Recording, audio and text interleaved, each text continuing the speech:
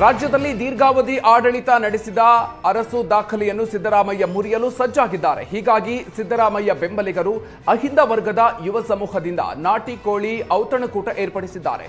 ಜನವರಿ 6ರಂದು ತುಮಕೂರು ರಸ್ತೆಯ ಭವಾನಿ ನಗರದಲ್ಲಿ ನಾಟಿಕೋಳಿ ಔತಣಕೂಟ ಆಯೋಜನೆ ಮಾಡಲಾಗಿದೆ.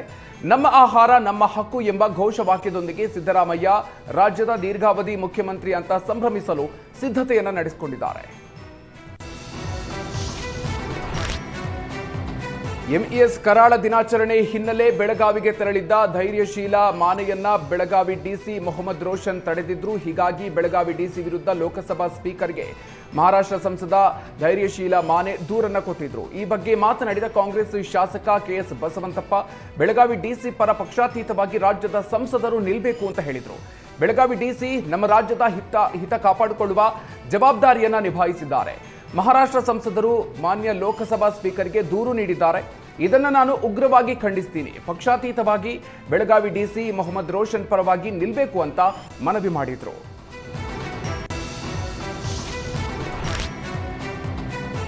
ರಾಮ್ಜಿ ಮಸೂದೆ ಮಂಡನೆ ವಿರುದ್ಧ ಬಾಗಲಕೋಟೆಯಲ್ಲಿ ಕಾಂಗ್ರೆಸ್ ಕಾರ್ಯಕರ್ತರು ಬೃಹತ್ ಪ್ರತಿಭಟನೆ ಮಾಡಿ ಆಕ್ರೋಶವನ್ನ ಹೊರಹಾಕಿದ್ದಾರೆ. ಪ್ರಧಾನಿ ಮೋದಿಯವರ ವಿರುದ್ಧ ಧಿಕ್ಕಾರ ಕೂಗಿ ಆಕ್ರೋಶವನ್ನ ಹೊರಹಾಕಿದ್ದಾರೆ. ಬಿಜೆಪಿ ಮಹಾತ್ಮ ಗಾಂಧಿಯವರಿಗೆ ಅಪಮಾನ ಮಾಡ್ತಾ ಇದೆ, ಗಾಂಧಿ ವಿರೋಧಿ ಕೇಂದ್ರ ಸರ್ಕಾರ ಅಂತ ಕಾರ್ಯಕರ್ತರು ಆಕ್ರೋಶವನ್ನು ವ್ಯಕ್ತಪಡಿಸಿದ್ರು. ಪ್ರತಿಭಟನೆಯಲ್ಲಿ ಬೀಳಗಿ ಶಾಸಕ ಜೆಟಿ ಪಾಟೀಲ್, ಕಾಂಗ್ರೆಸ್ ಜಿಲ್ಲಾಧ್ಯಕ್ಷ ಎಸ್ಜಿ ನಂಜಯ್ಯನಮಠ, ಮಾಜಿ ಸಚಿವ ಅಜಯ್ ಕುಮಾರ್ ಸರಸನಾಯ್ಕ್ ಸೇರಿದಂತೆ ಹಲವು ಮುಖಂಡರು ಹಾಗೂ ನೂರಾರು ಕಾರ್ಯಕರ್ತರು ಭಾಗಿಯಾಗಿದ್ದರು. ಬಿಕ್ರು ಶಿವ ಕೊಲೆ ಕೇಸ್ನಲ್ಲಿ 5ನೇ ಆರೋಪಿಯಾಗಿರುವ ಭೈರತಿ ಬಸವರಾಜ್ ಬಂಧನ ಭೀತಿಯಿಂದ ತಲೆಮರೆಸಿಕೊಂಡಿದ್ದಾರೆ. ಈ ಮಧ್ಯೆ ಇಂದು ಸಂಜೆ ಒಳಗೆ ಮ್ಯಾಜಿಸ್ಟ್ರೇಟ್ ಕೋರ್ಟ್ಗೆ ಚಾರ್ಜ್ ಶೀಟ್ ಸಲ್ಲಿಕೆ ಮಾಡೋದಕ್ಕೆ ಸಿಐಡಿ ಟೀಮ್ ಮುಂದಾಗಿದೆ. ಈ ಮಧ್ಯೆ ಛಲವಾದಿ ನಾರಾಯಣಸ್ವಾಮಿ ಕಾಂಗ್ರೆಸ್ ವಿರುದ್ಧ ಕಿಡಿಕಾರಿದ್ದಾರೆ.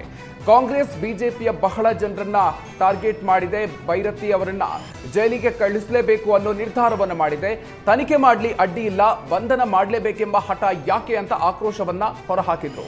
ದ್ವೇಷ ಭಾಷಣ ಮಸೂದೆ ಮೂಲಕವೂ ಟಾರ್ಗೆಟ್ ಮಾಡಲಾಗ್ತಾ ಇದೆ ಅಂತ ಆಕ್ರೋಶವನ್ನ ಹೊರಹಾಕಿದ್ದಾರೆ. ಕಾಲ್ತುಳಿತ ದುರಂತದ ಬಳಿಕ ಹಿಂದೂ ಚಿನ್ನಸ್ವಾಮಿ ಸ್ಟೇಡಿಯಂನಲ್ಲಿ ಹೋಮ ಹವನ ಪ್ರಾರ್ಥನೆಯನ್ನ ಸಲ್ಲಿಸಲಾಗಿದೆ. 24ರಿಂದ ಪಂದ್ಯಾವಳಿ ಆರಂಭ ಹಿನ್ನೆಲೆ ಸುದರ್ಶನ ನವಗ್ರಹ ಗಣಪತಿ ಪೂಜೆಯನ್ನ ಮಾಡಲಾಯಿತು. ಯಾವುದೇ ಅಹಿತಕರ ಘಟನೆಗಳು ನಡೆಯದಂತೆ 6 ಜನ ಪುರೋಹಿತರಿಂದ ಹೋಮವನ್ನ ನಡೆಸಲಾಯಿತು. ಪೂಜೆಯಲ್ಲಿ ಕೆಎಸ್ಸಿಎ ನೂತನ ಪದಾಧಿಕಾರಿಗಳು ಭಾಗಿಯಾಗಿದ್ದರು.